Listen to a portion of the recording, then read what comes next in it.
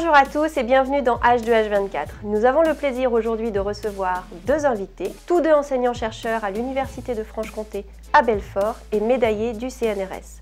La pile à combustible et l'hydrogène ont peu de secrets pour eux. Il s'agit de Nadia Yousfi-Steiner. Bonjour Nadia. Bonjour Marion. Et de Daniel Issel. Bonjour Daniel. Bonjour Marion. Il y a 20 ans, Daniel, c'était audacieux et visionnaire de parier sur l'hydrogène. Alors, pourquoi ce choix et puis pourquoi à Belfort? Belfort a une longue tradition dans le domaine de l'énergie et des transports, comme on le sait, Belfort et sa région. Et donc, dans le domaine de l'intégration de l'hydrogène-énergie pour des applications transport et stationnaire, Belfort faisait sens. Par ailleurs, le sujet de cette intégration était finalement pas du tout traité à l'échelle nationale. Il y avait beaucoup de laboratoires actifs dans le domaine de la chimie et des matériaux notamment. En revanche, très peu d'activités sur ces sujets-là. Et donc, il y avait également à ce sujet des places à prendre et Belfort a su saisir sa chance pour démarrer une activité de recherche sur ces questions-là et finalement lancer l'aventure de l'hydrogène à Belfort. Je vous propose maintenant de vous présenter Nadia Yousfi-Steiner, mathématicienne, enseignante-chercheuse en génie électrique. Nadia est spécialiste des piles à combustible. Elle a également été distinguée en 2019 de la médaille de bronze Talent CNRS. Nadia, pourquoi avoir mené vos travaux en France et en Allemagne sur la mise au point et le développement des systèmes de piles à combustible? J'ai effectué ma thèse en Allemagne sur les piles à combustible il y a plus de 10 ans maintenant. À cette époque-là, effectivement, la vision allemande de l'hydrogène était beaucoup plus avancée que la vision en France. Donc depuis 2014, je suis rentrée en France et c'est vrai qu'en 2014, la stratégie hydrogène française n'était pas aussi développée que celle qu'on peut voir aujourd'hui et on pouvait le ressentir sur le soutien à l'industrie et par ricochet à celui de la recherche.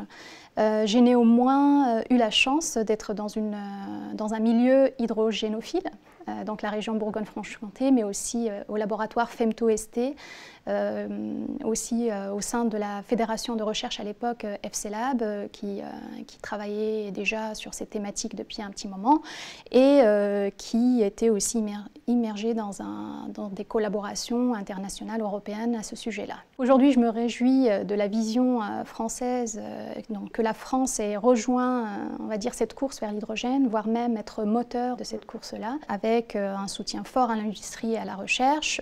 Aussi, je me réjouis de la vision régionale dans ma région Bourgogne-Franche-Comté, qui a permis de faire éclore un certain nombre, enfin plusieurs projets structurants, et avec ces projets-là, plusieurs défis pour la recherche, pour que nous, chercheurs, puissions les accompagner dans cette aventure-là. Je me tourne maintenant vers vous qui avez été l'artisan de l'éclosion de l'unité d'appui de la recherche. En quoi vos travaux permettent de faire des transferts industriels qui soient concrets? Dans la mesure où nous travaillons dans le domaine de l'intégration des objets hydrogène-énergie pour des applications transport et stationnaire. Nous nous sommes tournés finalement très tôt vers ce milieu industriel pour l'accompagner au mieux dans ses développements et finalement anticiper quelque part ses demandes pour avoir arrivé sur le marché des produits à la fois fiables techniquement, mais également efficaces d'un point de vue économique. Est-ce que Daniel, on peut avoir des noms d'industries qui aujourd'hui profitent de vos travaux de recherche? On a été les premiers à déployer une flotte de véhicules à pile à hydrogène pour la Poste, donc au tournant des années 2010.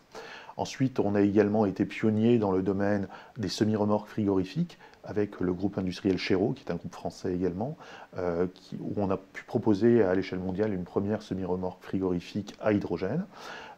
Plus récemment, nous travaillons également dans le domaine des data centers, avec un certain nombre d'acteurs régionaux, notamment Mytech, H26 et Trinaps.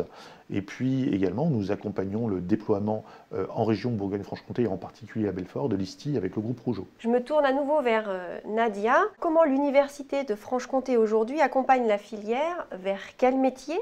Et puis, est-ce que vous serez en capacité de former assez d'experts au regard des besoins qui sont assez immenses pour le futur? Quand on interagit un petit peu avec les acteurs de la filière, donc que ce soit des industriels, des fabricants, des intégrateurs, des utilisateurs finaux, voire même des acteurs socio-économiques, ils se trouvent aujourd'hui dans une transition stratégique de leur métier. Et si jusque-là, ils avaient besoin d'ingénieurs qui étaient sensibilisés à l'hydrogène ou connaissaient à minima cette technologie-là, aujourd'hui leurs besoins sont plus en pointe. Donc ce sont essentiellement des besoins effectivement en termes d'ingénieurs, de cadres dans la R&D, mais aussi et surtout de techniciens, donc des techniciens de production, des techniciens spécialisés en électrotechnique, en automatisme, en maintenance, capables de manipuler ces installations-là et d'être un soutien au service après-vente. Et au niveau formation, effectivement, l'Université de Franche-Comté a ouvert un cursus master en ingénierie, donc un CMI spécialisé en hydrogène, énergie, efficacité énergétique, donc sur ces thématiques-là. C'est un cursus qui forme sur 5 ans des ingénieurs, donc déjà sur 2 thématiques fortes de l'énergie qui sont l'énergie électrique et thermique, avec une expertise en hydrogène énergie. Donc à l'issue de ces 5 ans-là, nos étudiants sont des ingénieurs spécialisés dans des métiers d'énergie renouvelable, de l'efficacité énergétique, mais aussi en hydrogène énergie. Nous fonctionnons avec des promotions, des petites promotions, justement pour dynamiser ces échanges et avoir une formation de qualité pour nos étudiants. Mais nous travaillons à augmenter ces capacités d'accueil, ces capacités de formation pour justement rester en soutien à cette demande grandissante en termes de personnel qualifié dans l'hydrogène. Merci Nadia. Merci Marion. Merci Daniel. Merci Marion. Et on se retrouve très vite dans une prochaine émission H2H24. À bientôt.